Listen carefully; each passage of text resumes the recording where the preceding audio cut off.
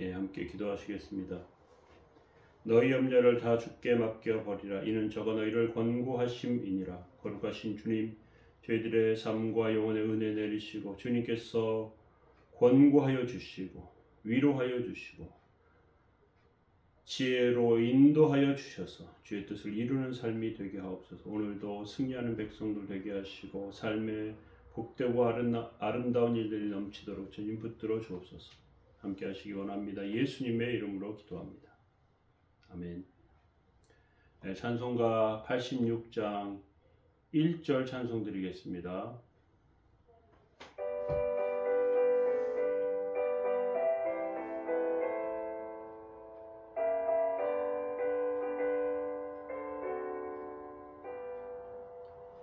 내가 늘 의지하는 예수, 나의 상처 입은 심령을 불쌍하게 여기사 긍휼하여 주시니 미쁘신 나의 좋은 친구. 내가 의지하는 예수, 나의 사모하는 친구. 나의 기도 들으사 응답하여 주시니 미쁘신 나의 좋은 친구. 아멘. 함께 보실 말씀은 시편 138편 5절에서 8절까지 말씀 보시겠습니다. 그들이 여호와의 도를 노래할 것은 여호와의 영광이 크심이니이다. 여호와께서 높이 계셔도 낮은 자를 굽어 살피시며 멀리서도 교만한 자를 아심이니이다. 내가 환난 중에 다닐지라도 주께서 나를 살아나게 하시고 주의 손을 펴사 내 원수들의 분노를 막으시며 주의 오른손이 나를 구원하시리이다. 여호와께서 나를 위하여 보상해 주시리이다. 여호와여, 주의 인자하심이 영원하오니 주의 손으로 지으신 것을 버리지 마옵소서. 아멘. 오늘 시편 138편 두 번째 말씀으로 크신 하나님을 찬양하라는 제목으로 하나님 말씀 나누도록 하겠습니다. 하나님은 정말 위대하시고 크신 하나님이십니다. 우주를 만드시고 온 세상을 만드신 하나님이 정말 얼마나 크시겠습니까? 하나님은 모든 동물과 인간을 사랑하시고 그들이 최선을 다해서 살 수 있도록 해주십니다. 이것이 하나님의 성실하심과 진지하심입니다. 전지하심입니다. 하나님께서 성실하시고 전지하셔서 자연계를 보면 많은 짐승과 곤충들, 식물들이 생존을 위해서 진지하게 노력하며 살아갑니다. 맹수들은 사냥하고요. 초식동물은 도망을 다닙니다. 물과 풀을 찾아 이동하고요. 곤충 하나하나, 풀 하나하나도 성실하고 진지하게 만드셨습니다. 그래서 하나님은 하나님을 믿지 않는 사람들도 사랑하고 또 복을 주셨습니다. 세상의 왕들, 학자들, 사업가들 성실하고 정직하게 살아갈 때 하나님의 복을 받게 됩니다. 믿지 않는 자들도 성실한 자들이 많이 있습니다. 5절에 보면 그들이 여호와의 도를 노래할 것은 여호와의 영광이 크심이니이다. 우리는 다른 사람의 인생이라고 해도 진지하게 대해야 합니다. 모든 사람에게는 자신의 인생이 중요합니다. 우리가 다른 사람의 인생에 대해서 진지하게 생각할 때 사람들도 좋아하죠. 이렇듯 세상과 다른 사람에 대한 어느 정도 믿음이 필요합니다. 세상의 학자들이나 의사, 정치인들도 나중에 그 수고하고 애쓴 것의 결과를 볼 때 놀랄 때가 있습니다. 하나님은 눈에 보이시지 않지만 악한 자는 망하고 세상의 모든 일을 정의롭게 나타나게 하시기 때문에 그렇습니다. 인간이 아무리 세상을 속이려고 해도 결국 후에는 그 비밀이 드러나게 되는 것입니다. 결국 정의는 드러나고요. 하나님은 온 세상을 보고 계시고 그 안에서 하나님의 역사를 보여주십니다. 계속해서 6절에 보면요. 여호와께서는 높이 계셔도 낮은 자를 굽어 살피시며 멀리서도 교만한 자를 아심이니이다. 이렇게 시편 기자는 말하고 있습니다. 하나님은 낮은 자에 대해서 관심을 갖고 계시는데요. 세상에 보잘것없는 사람이라고 해도 우리가 비록 사람들의 눈에는 실패한 인생 같아 보여도 낙심할 필요가 없습니다. 우리에게 믿음이 있다면 얼마든지 하나님께서 우리를 큰 사람이 되게 하십니다. 물론 사람들의 기준에 합당하지 않더라도요. 하나님의 기준에 합당하면 되는 것이죠. 낮은 자를 위해서 헌신하는 자는 후에 유명해지고 또 사람들 앞에 드러나게 되는 것을 보게 됩니다. 사실 높은 자를 위해서 일하는 것은 돈을 벌고 유명해지는 것밖에 없지만 하나님은 낮은 자를 위해서 한평생 수고하고 애쓰는 자들을 아주 높게 여기십니다. 그래서 그 나중에 뒤바뀌게 되는 이러한 모습이 있는 것이죠. 높은 자를 위해서 수고하면 돈을 벌고 유명해진다고 생각하며 성공한다고 하는 세상이 오늘날의 세상입니다. 그런데 이러한 태도가, 이러한 모습이 하나님 앞에는 의미가 없을 때가 굉장히 많습니다. 한국교회의 그 초대교회 때, 한국교회 그 시작이 될 그러할 때쯤에는 아주 그러한 일들이 많이 있었는데, 특별히 손양원 목사님 같은 경우에 여수의 애양원에서 한센인들을 위해서 목회하다가 유명한 순교자가 되셨습니다. 아프리카의 슈바이처 박사는 흑인들을 위해서 의술을 펼쳤는데 이것 때문에 유명하게 되었고요. 이렇게 낮은 자를 위해서 수고하는 것들을 하나님께서 귀하게 여기시는 것이죠.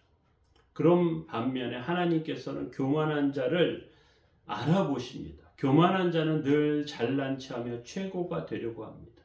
멀리서도 눈에 띄게 되는 것이죠. 이러한 교만한 자가 눈에 띄게 되는 것은 하나님의 그 관역이 되는 경우가 많이 있습니다. 하나님께서 싫어하시는 자들이 이러한 교만한 자들입니다. 그래서 하나님께서 교만한 자들을 아신다고 성경은 말씀하고 계십니다. 하나님은 하나님을 믿지 않는 자들도 귀하게 여기시는 경우가 많습니다.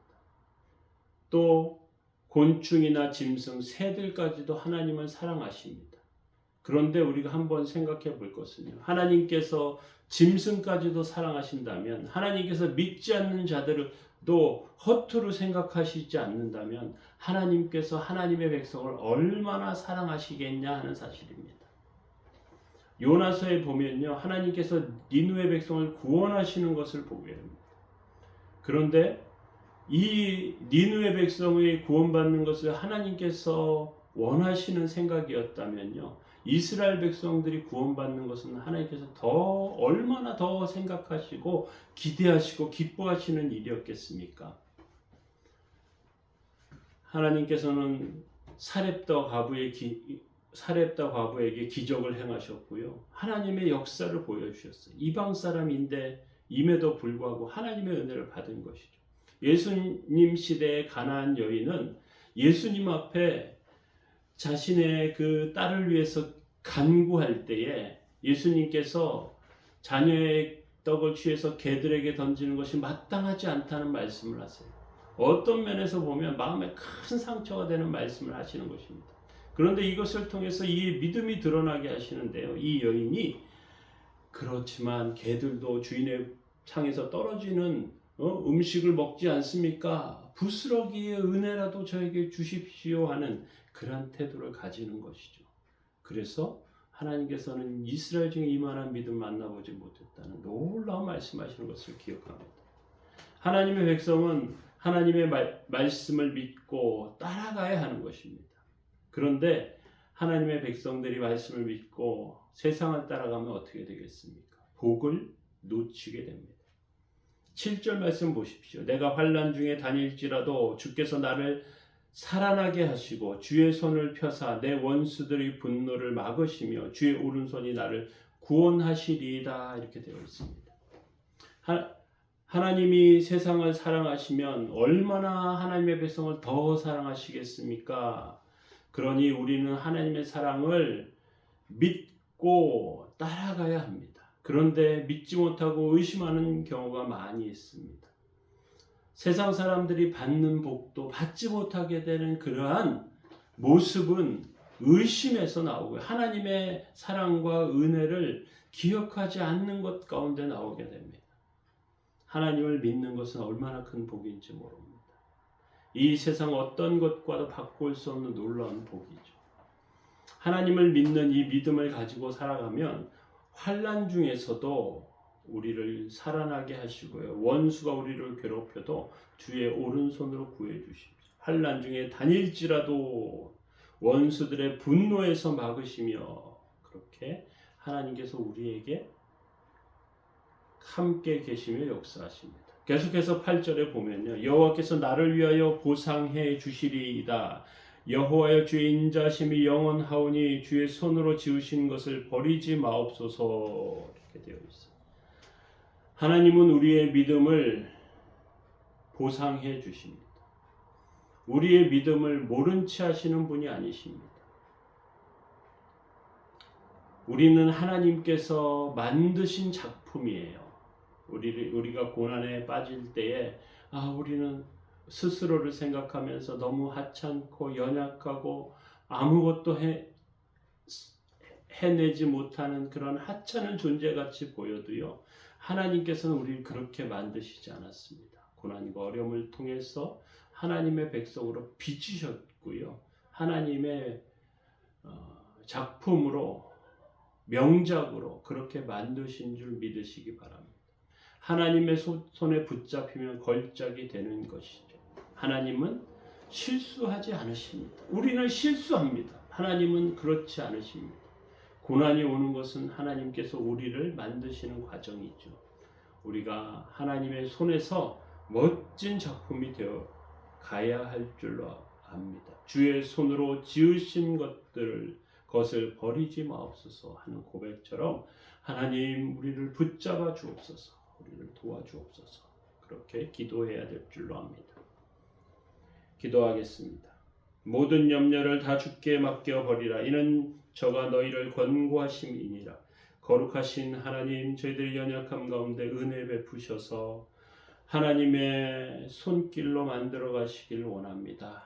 주님, 어려움을 이길 수 있는 힘을 주시고 주님을 믿는 믿음을 손에서 놓지 않게 해주시고 하나님의 뜻을 이루는 삶으로 날마다 붙들어 주옵소서. 하나님께 모든 성도들을 지키시고 은혜 가운데 함께 해 주옵소서. 예수님의 이름으로 기도합니다. 아멘. 특별히 오늘은 하나님 저희를 긍휼히 여겨 주옵소서. 하나님 저를 불쌍히 여겨 주세요. 저를 붙잡아 주세요. 그렇게 기도하는 시간 되시기 바랍니다.